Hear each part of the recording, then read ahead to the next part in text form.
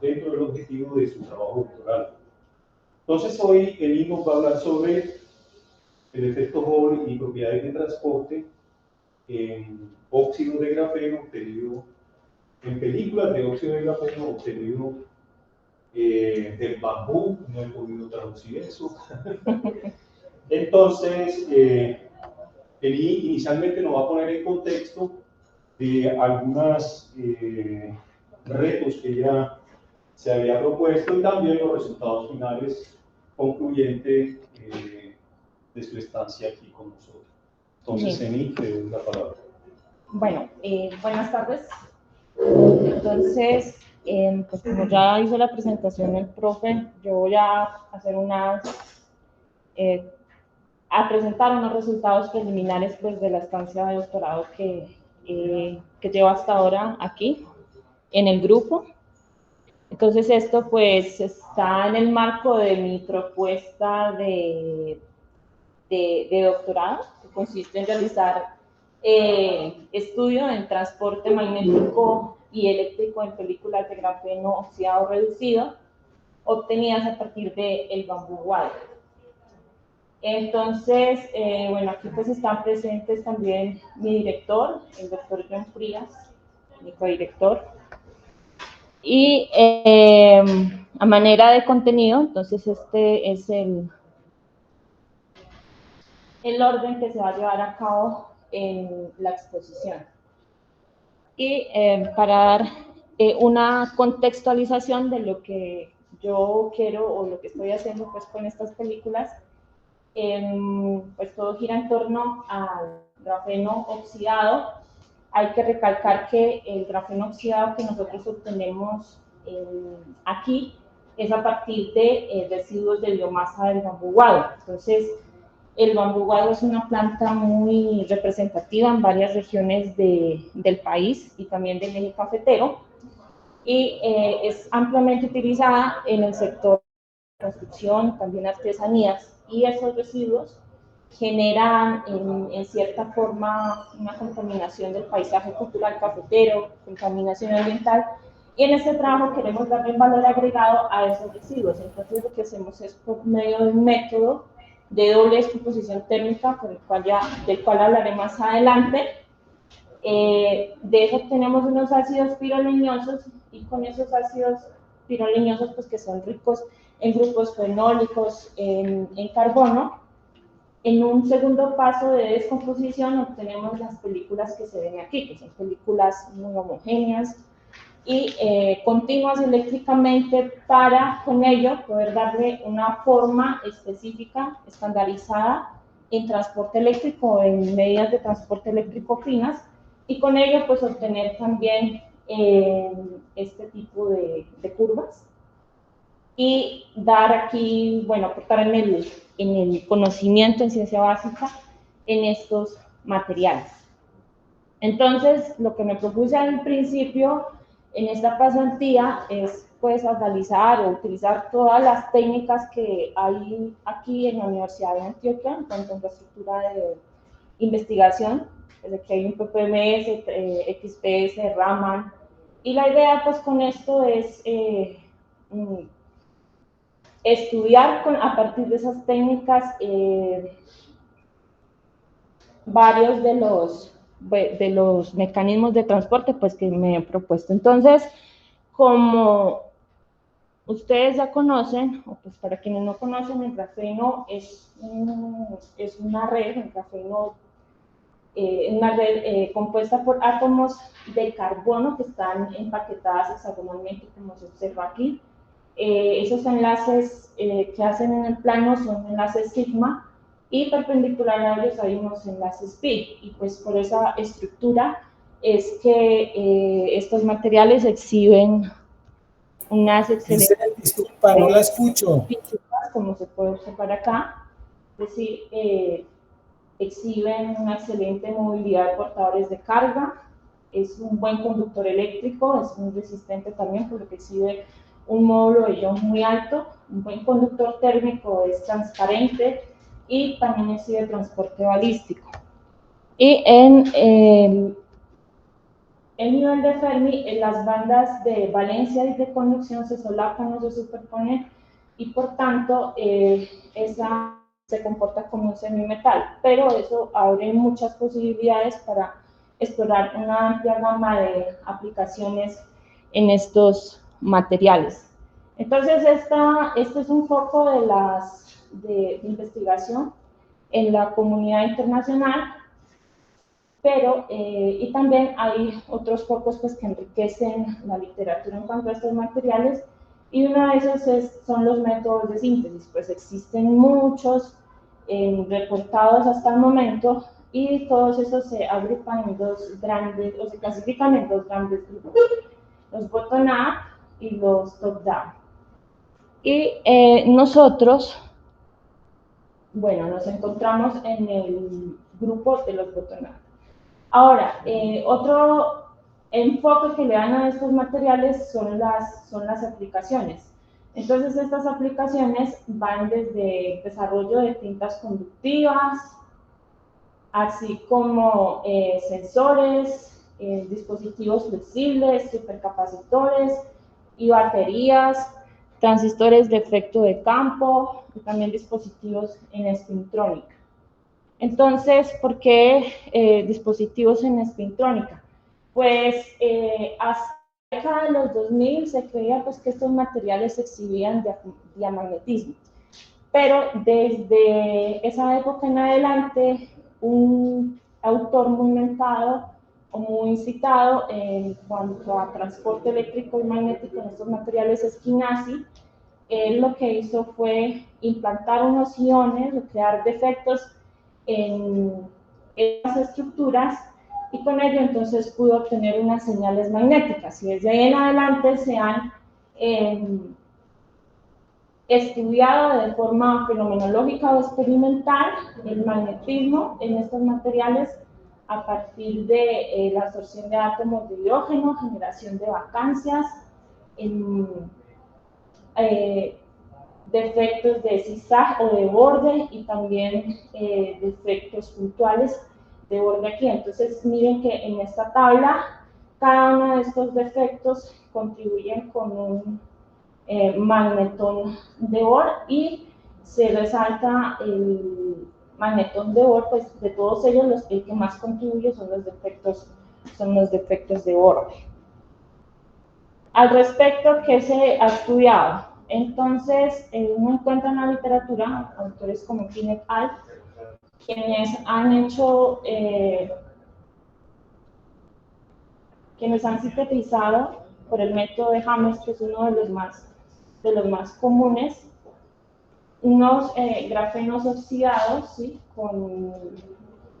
Variando la temperatura de recocido. Entonces son temperaturas que superan los 3000 grados, y con esas temperaturas de recocido entonces han estudiado sistemáticamente la señal magnética en función del campo magnético. Entonces aquí pueden observar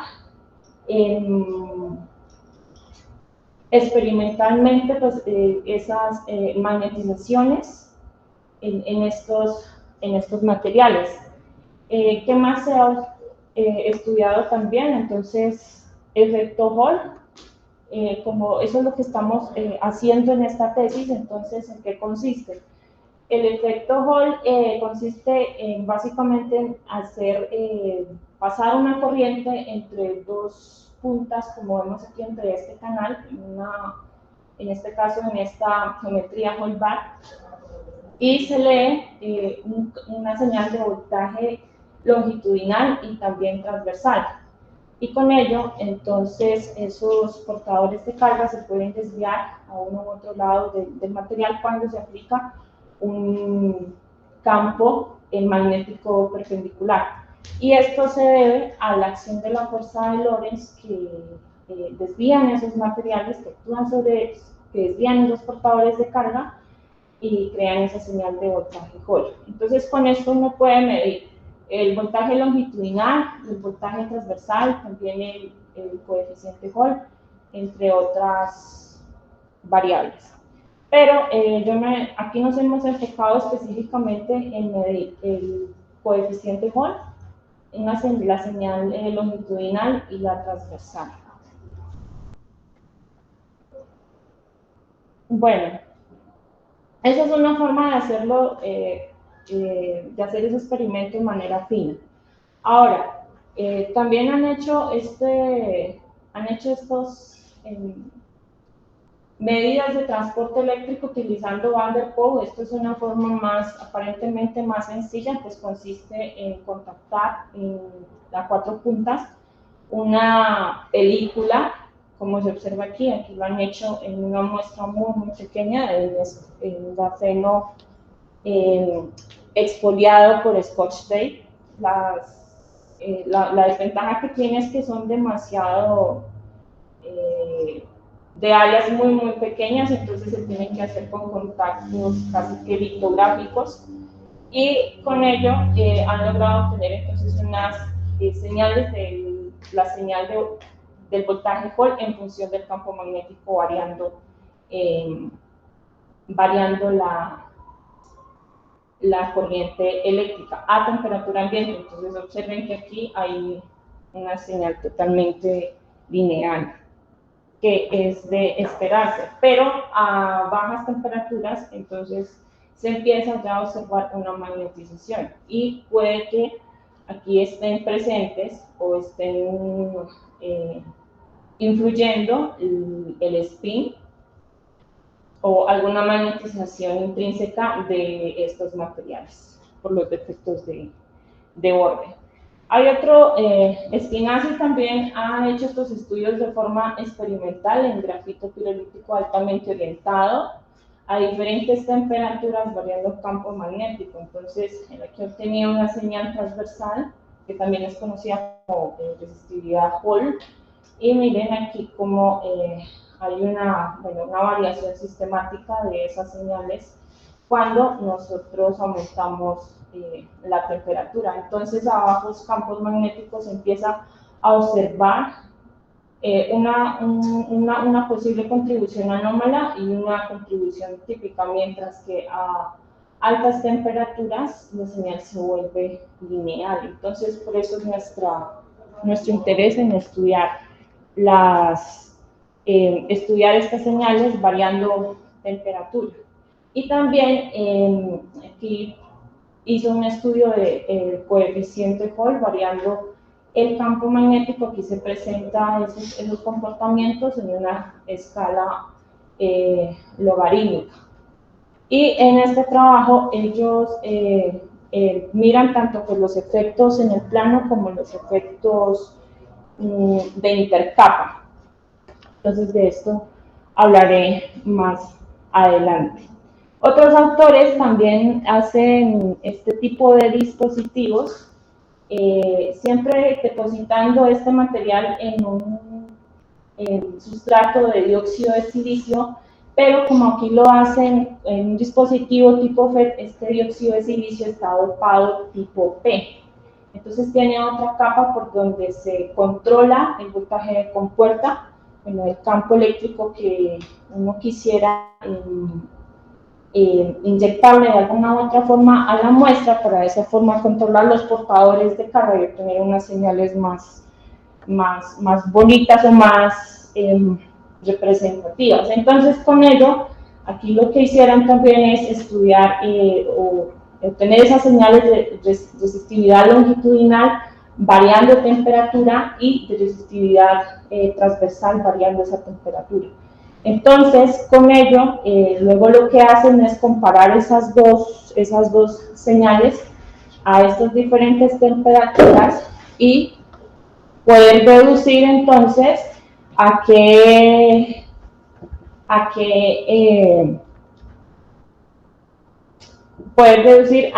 mecanismo de efecto Hall anómalo clásico puede estar detrás de estos materiales. Entonces esto lo hicieron en un grafeno altamente orientado, un grafeno pirolítico. Entonces aquí se puede observar un Raman de esto, que solamente muestran 2 picos, G y 2D. Estos corresponden pues al tamaño de cristalito, a la red meramente cristalina en este material. Y estas son las curvas de esa resistividad longitudinal en función del voltaje de compuerta para diferentes temperaturas.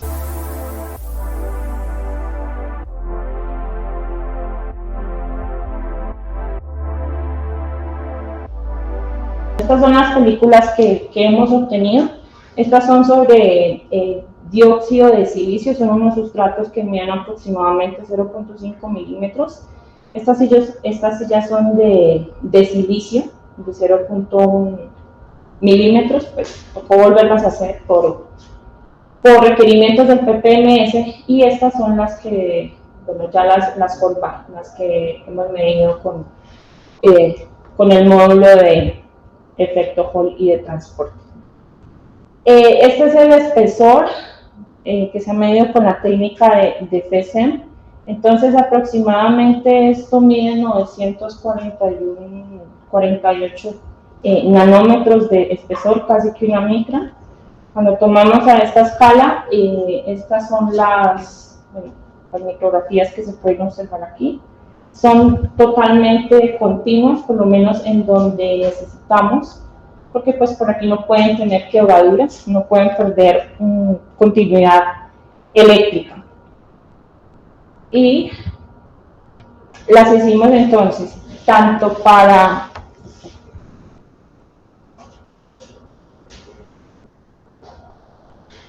aquí tienen un ancho de canal para ver qué tanto influye este ancho de canal en esa señal que queremos, pues que quisimos mirar, y aquí hay otro ancho. Entonces de esas, pues más adelante mostraré unos resultados interesantes. Y aquí entonces se midió la deposición de ese recubrimiento de oro en los bordes. Quería mostrar otra cosa también acá.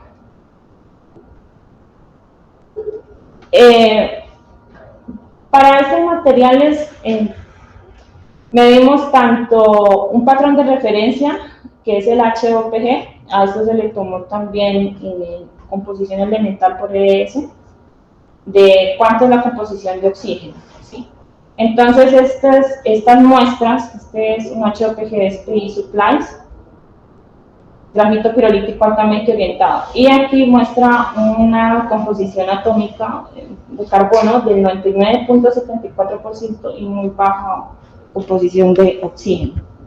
Y para nuestras muestras, como estas fueron inicialmente sintetizadas con una oxidación cercana al 5%, esto es lo que se ha medido por ES, que es una técnica un poco superficial, pero que nos da una idea de la composición elemental o el porcentaje de estos elementos que deberían estar ahí presentes.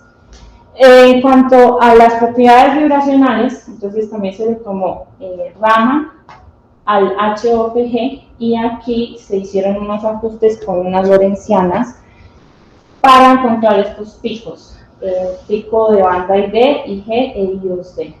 Como este material es cristalino, entonces aquí solamente se van a observar estos dos. Y se hizo un ajuste por acá para el ID, con el fin de obtener el tamaño de cristalito y poderlo comparar con el tamaño de cristalito y la densidad de efectos de nuestro material, del RGO. Entonces este presenta otros modos vibracionales aquí. Que corresponde a los defectos que están allí presentes, IG, que nos da información de la red grafítica o SP2, y ID', que están más relacionados con defectos también, y estos picos que vemos acá tienen que ver con el apilamiento, pues nuestro material es un grafito o un grafeno oxidado reducido multicapa. Entonces, por eso se observan estos modos vibracionales aquí.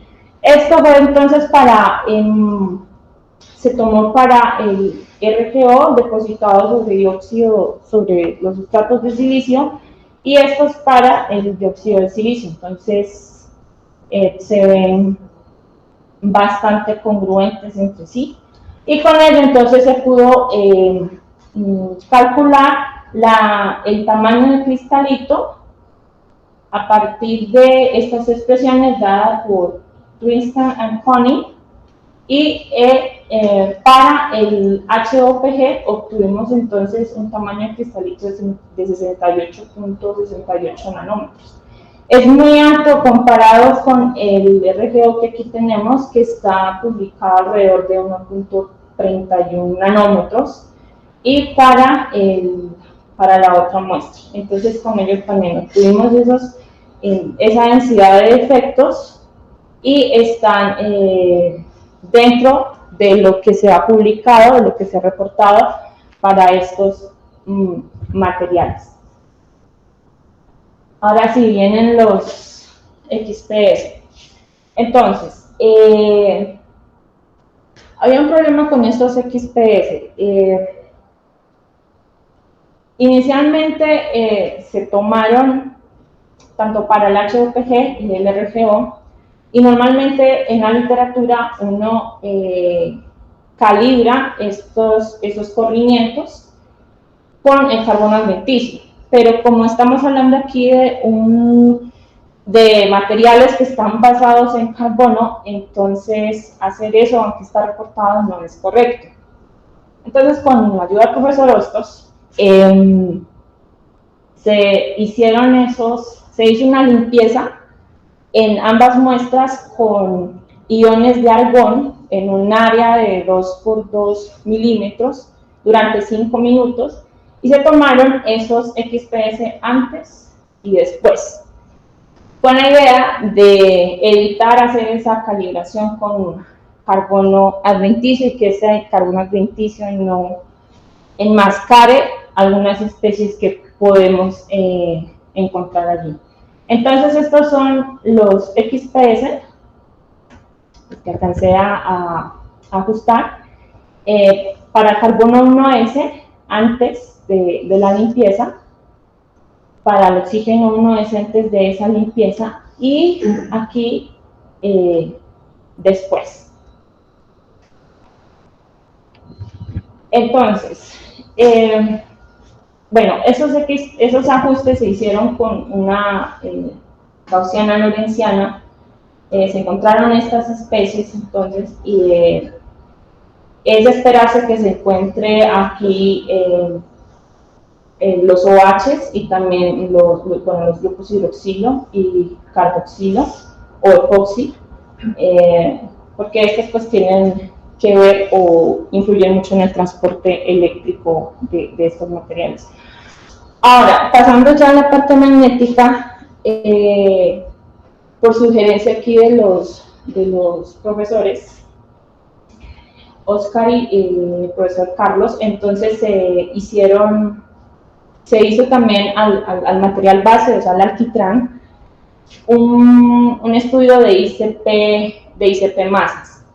Pero esta técnica no es, bueno, ICP masas, sino ICP es por acoplamiento inductivo. Entonces, ¿en qué consiste?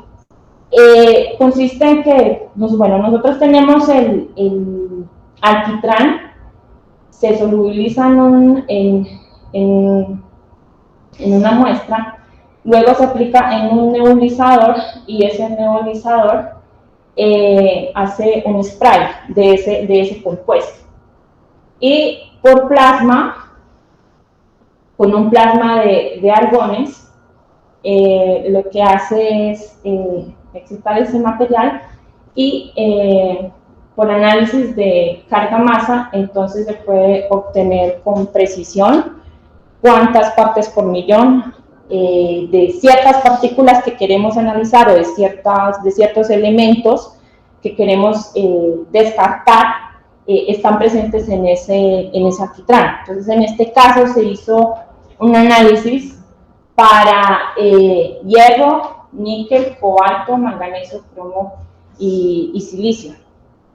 Y con ello entonces se determinó cuánta magnetización podrían aportar cada una de estas partículas a la magnetización total que estamos mirando en estas películas. Entonces, estas son las impurezas que se encontraron por esta técnica en partes por millón, y conociendo entonces los pesos atómicos y las densidades y el magnetón de Bohr que ya está reportado para estos elementos en el MITS, entonces se calculó primero la magnetización que podría aportar cada partícula, y con ello cuánta magnetización a temperatura ambiente o cuántas partículas se requerirían a temperatura ambiente para poder producir una magnetización del orden que tenemos acá. Entonces, observen aquí que estas curvas de magnetización, tanto para estas temperaturas, tienen una magnetización aproximadamente de saturación de 6 mol por gramo. Entonces, para que esa magnetización sea de esas partículas, entonces uno debe tener este número exagerado. Es bastante alto, pero lo que se encontró son estos valores. Entonces, ¿qué quiere decir? Que esas impurezas lo que aportan es muy poquito a esa magnetización, es casi insignificante. Y con ello, entonces, estas curvas ahora sí se pasaron a ajustar con un modelo de Lancheva para el ferromagnetismo en estos materiales, y se ha podido observar cómo esa magnetización de saturación decrece con el incremento de la temperatura. Entonces aquí podemos observar una curva ajustada con a temperatura ambiente, claro está, con este modelo. Entonces este modelo me da información, aquí uno puede calcular el magnetón de Bohr de estos materiales y a qué se podrían deber, los defectos de borde y todos los defectos que están descompensando esos espines allí. N es la densidad de átomos por unidad de volumen, G es el factor de Landé, J es el número angular total, y entonces con ello ajusta muy bien. Pero ya los cálculos para presentar la curva de esa magnetización en función de la temperatura pues, aún se están refinando. Ahora, también hay que aclarar que estas curvas de magnetización se hicieron aplicando un campo magnético plane, es decir, perpendicular a la muestra, mientras que en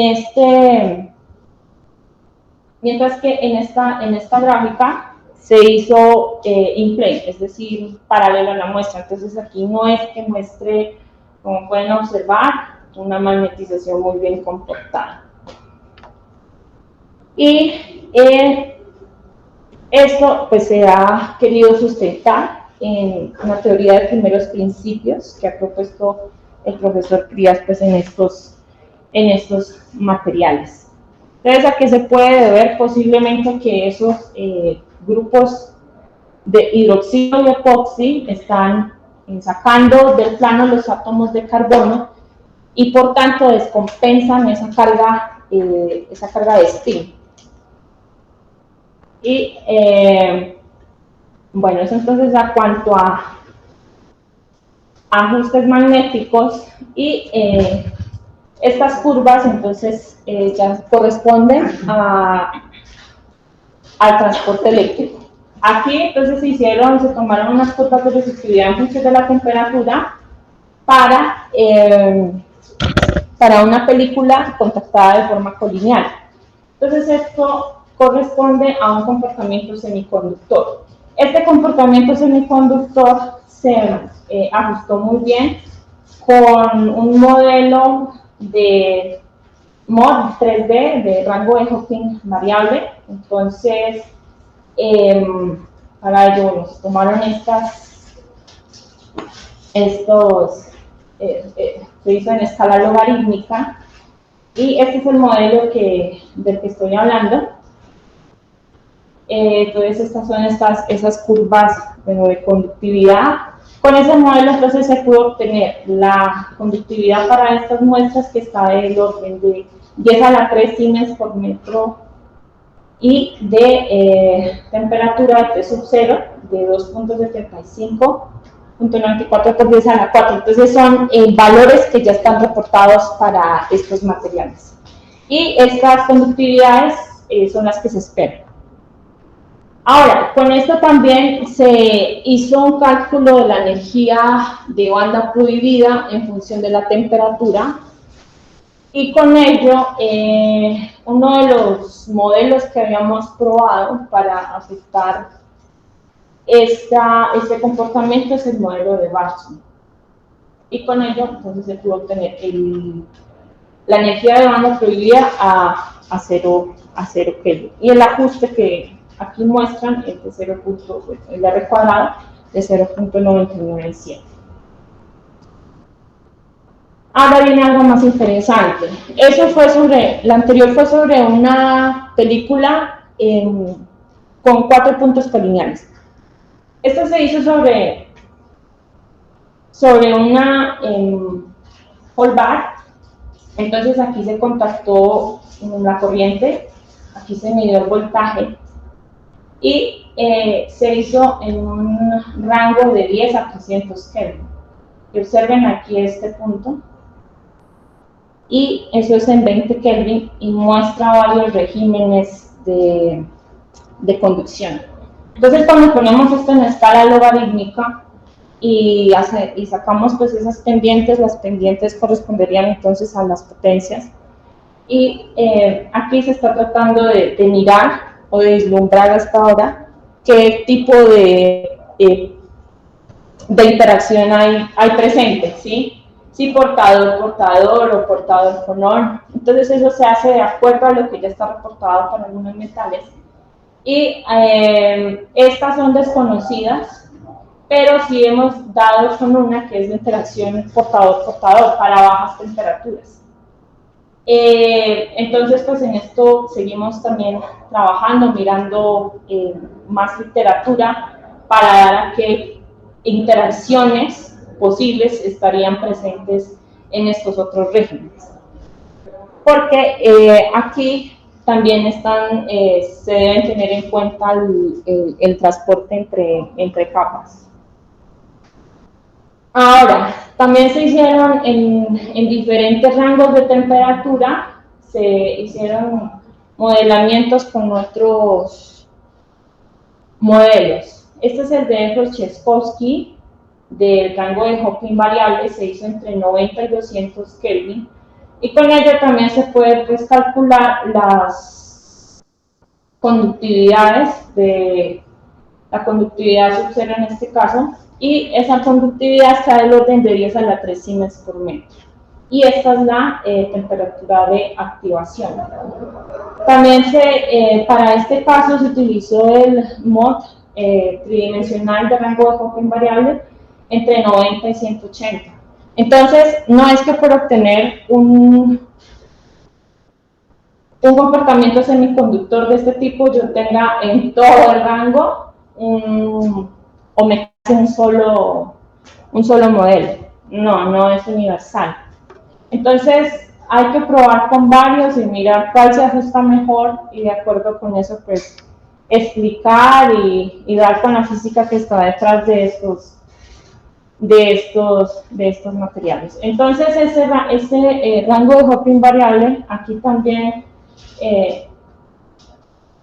va entre 90 y 180 Kelvin, y se comporta bastante bien, es un buen ajuste, y las conductividades que tenemos siempre nos dan de estos valores, de 10 a la 3 Siemens por metro. Esto es lo que está publicado para las nanoplaquetas.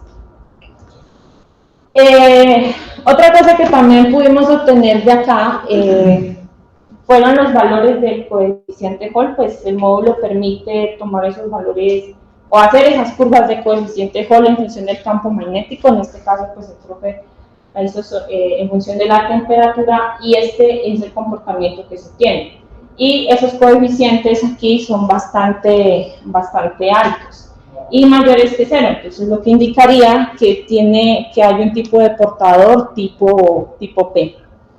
Y con ello, ya obteniendo entonces esas curvas de resistividad, si hacemos esa resistividad entre ese coeficiente Hall, entonces podemos ver cómo varía esa movilidad en función de la temperatura, teniendo un máximo en estos valores, y es lo que se encontraría pues para estos materiales. Que comparadas con otras ya reportadas, esto es bastante alto. Y adicionalmente con ello también podemos obtener una curva de densidad de portadores, conociendo la carga del electrón. Aquí se están buscando algunos modelos, pues sí, hemos dado con algunos, pero no se ajustan muy bien para explicar todavía estos comportamientos en función de la temperatura. Posiblemente pueda que un rango de Hopkin variable también esté presente aquí. Entonces, pues, ¿qué se ha obtenido hasta ahora? Hemos obtenido unas películas en dióxido crecidas sobre dióxido de silicio altamente homogéneas.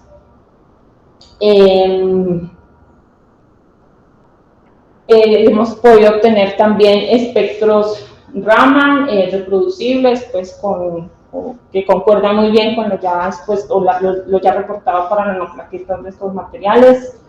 Hemos podido observar un orden ferromagnético a temperatura ambiente y variando temperatura, que muestran una magnetización de 6.69 por gramo cuando se aplica un campo magnético perpendicular. También hemos obtenido, algunas propiedades eléctricas como movilidad, densidad, coeficiente Hall y tipo de portador. Entonces, pues, esto es lo que tendríamos hasta ahora.